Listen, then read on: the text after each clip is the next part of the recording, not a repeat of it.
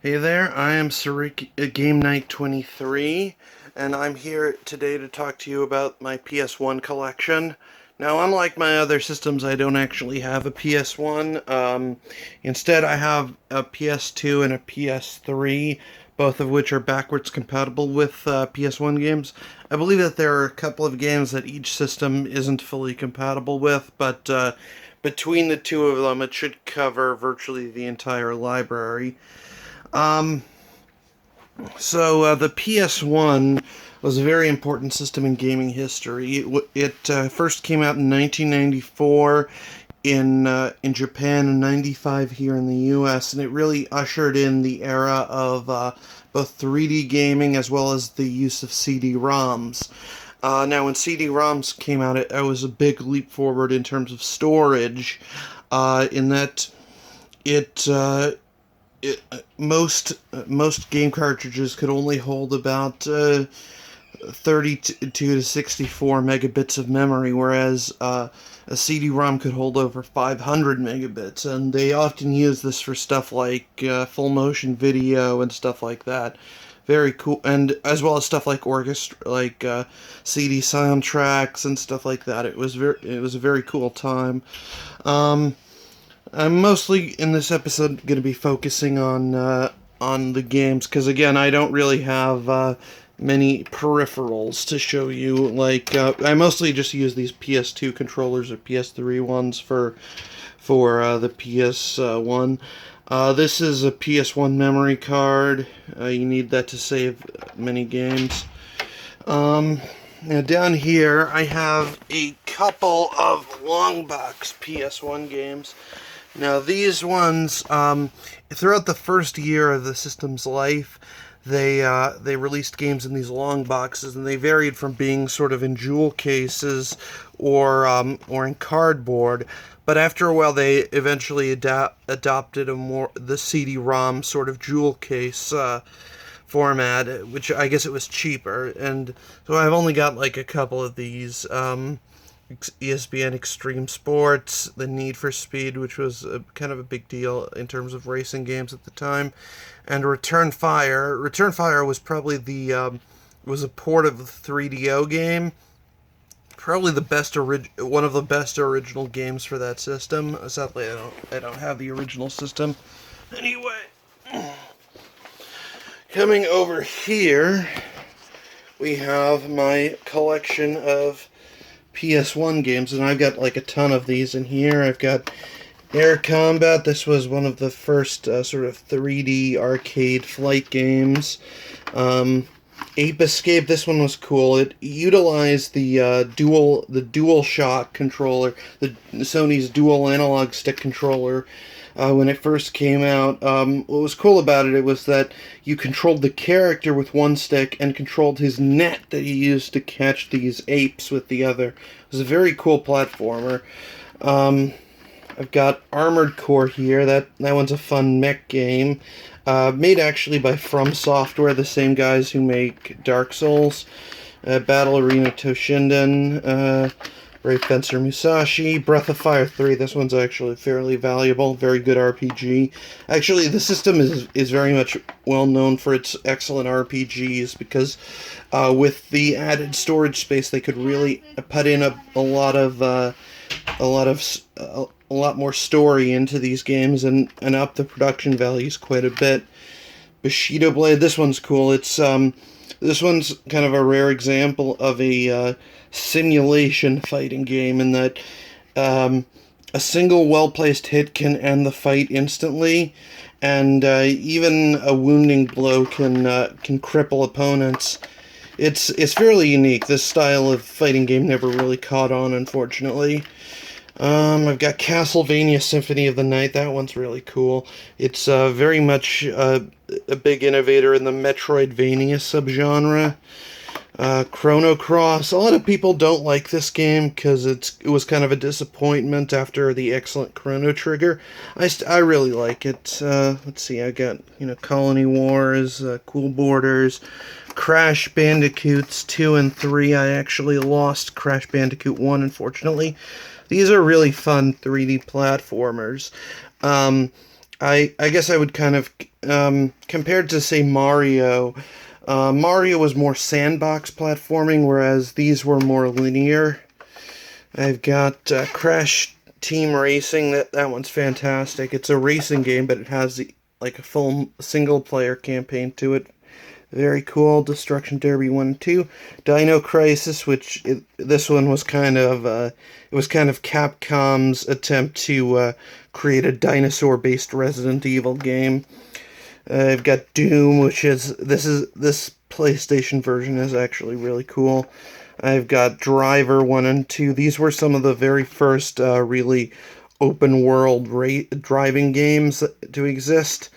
Very cool. The first one, though, had its intro stage was notoriously difficult, and a lot of people couldn't get past it. Let's see. I've got a Final Fantasy Origins. Here these Final Fantasy games were really the games that kind of made the system. I've got Final Fantasy VII. This game really blew people's minds back in the day. It featured a ton of CG cutscenes, fantastic music, and a really emotional story to the point where actually a lot of people were moved to tears by it back in the day. Final Fantasy VIII, not as good. This one's kind of a mixed bag, but I like it. Final Fantasy IX, which was really good. This one kind of went back to a more medieval theme. Final Fantasy Tactics, this one's an excellent strategy RPG. Let's see, I've also got stuff like G-Police, Gex, Front Mission 3, this one's cool. Now down on the next row, I've got Gran Turismo. This one was really a big leap forward for simulation racing games. Like, this kind of was every car nut's dream come true. It featured a ton of licensed vehicles and stuff. It was very cool. We've got, like, Hot Shots Golf, too, which is really fun. Incredible Crisis. This one's really wacky and fun. It's a bit like WarioWare, but, yeah, it's very comedic. You know, I've got, like, Inuyasha, Jet Moto, King of Fighters 9, Jumping Flash 2. This one's cool. This is actually a rare example of a first-person 3D platformer. It works a lot better than you would think, and I've got Kingsfield. Unfortunately, the original cover isn't here, but what's cool about this one is it's actually, again, made by From Software, and this one is very much the spiritual predecessor to their later Soulsborne games. Very cool. Unfortunately, this one's kind of rough around the edges, but they improved it over time. Legacy of Kain Soul Reaver, that one's really cool. Legend of Dragoon. This one is very much a cult classic. It was kind of Sony's version of Final Fantasy VII. They did some unique stuff with it. I really like it. I've got Medal of Honor and Medal of Honor Underground. These were cool. This was kind of a big leap forward for console first-person shooting. The whole thing about this is that this game very much it really brought World War II to life in a way that games hadn't before, and it was very much inspired by stuff like Saving Private Ryan and Band of Brothers.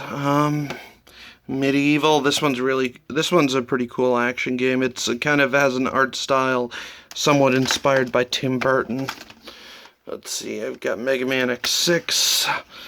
I've got yeah, I know, I've just got a ton of games here.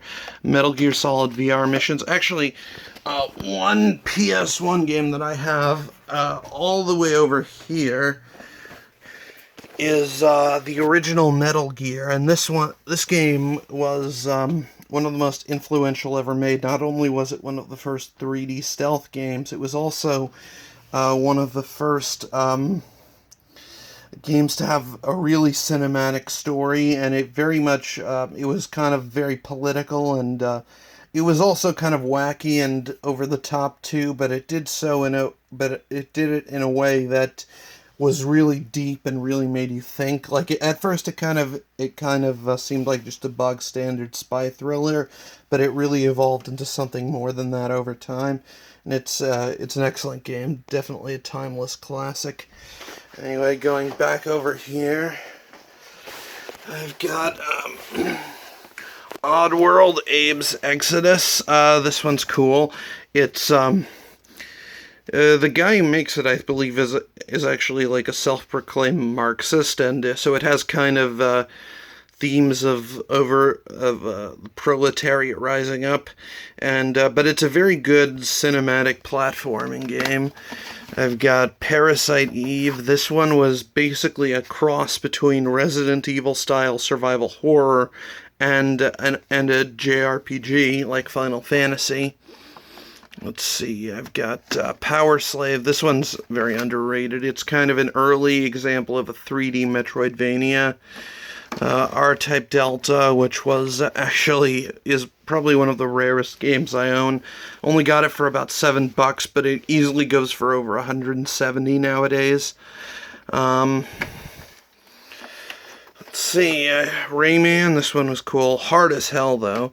Resident Evil Director's Cut. This is sort of a re-release of what was easily one of the first survival horror games. It was really the game that's kind of established that genre, and it was, it's a lot of fun. It's very cheesy, though. Like, the cutscenes are kind of so bad they're good, you know? I've also got Resident Evil 3 here, so, yeah, I can't stick it back. Okay, Ridge Racer. I've got two of the Ridge Racer games. These were kind of early arcade-style 3D racing games that kind of competed with Sega's Daytona series. I've got Romance of the Three Kingdoms 4, Silent Hill. Now, this one's excellent. This was really one of the first horror games to implement psychological horror, and it was fantastic. It was really scary. Like, it very much embraced the limitations of the PS1 system and used them to its advantage to make something really terrifying. Also got Soul Blade here. This one's really cool. It's the predecessor to Soul Calibur. It was called Soul Edge in the arcade, but apparently the owners of Edge magazine thought it sounded a little too much like their thing. Also got the Spyro trilogy. These were really cool 3D platformers for the system. Very much kind of sandboxy in the style of Mario 64. Excellent games, all of them. Star Ocean: The Second Story. This is a really cool sort of science fantasy RPG. I've got Suikoden. This one's actually fairly rare. I believe it goes for at least over $70 nowadays. It's actually based on one of the great classics of Chinese literature, and yeah, it's just a really good Japanese-style RPG. I've got the Sci-Fi Filters 1 and 2, the Tekken trilogy. These are really cool games. Like, I've got Tekken 3 here. These were some of the best 3D fighting games of their era. Tekken 3 especially. This one was fantastic. It really raised the bar for it. The Tekken series very much competed against Sega's Virtua Fighter, but by the time Tekken 3 came around, it really had actually started to surpass it. I've also got Tenchu 1 and 2 here. I'm not sure if you can see that. What those are, they were actually the very first 3D stealth games. Not as good as Metal Gear Solid, in my opinion, or some of the other stuff, but still very interesting. Got Tomb Raider 1 and 2. These games were massively influential in terms of, Lara Croft, the main character, very much became a gaming icon to the point where, and also, yeah. And I've also got the Tony Hawk's Pro Skater trilogy. These were all fantastic games. Got Twisted Metal, which was one of the first vehicular combat games. Really funny multiplayer even now. Then I've got a few more here. I've got like Twisted Metals 2 and 3, Warhawk, Wipeout. Actually, Wipeout was massive. It was only a moderate hit here in the US, but in Europe, this game was absolutely massive, especially because it very much kind of synced up with the techno genre that was getting big in the club scene in Europe at the time. Let's see, I got the Worms games. These are really fun multiplayer sort of turn-based strategy games. Yu-Gi-Oh! Forbidden Memories. That's a lot of fun. But yeah, these are all my my PS1 games. I have in total 111 of them, and they are worth about $2,820 overall. My most valuable PS1 game is R-Type Delta, which goes for about $174, followed by Silent Hill, which goes for about $171. Followed by my third most valuable game is Brave Fencer Musashi, which goes for about $94. A lot of the PS1 games that I have, a number of them are actually quite rare and expensive, and they've been going up quite a bit recently, especially due to COVID. But yeah, I just that's my PS1 collection. It's definitely one of my personal favorites. Tons of great games that I absolutely love for that system. I hope you enjoyed this video and found it informative. Please remember to like, comment, and subscribe, and I will see you guys next time. Take care.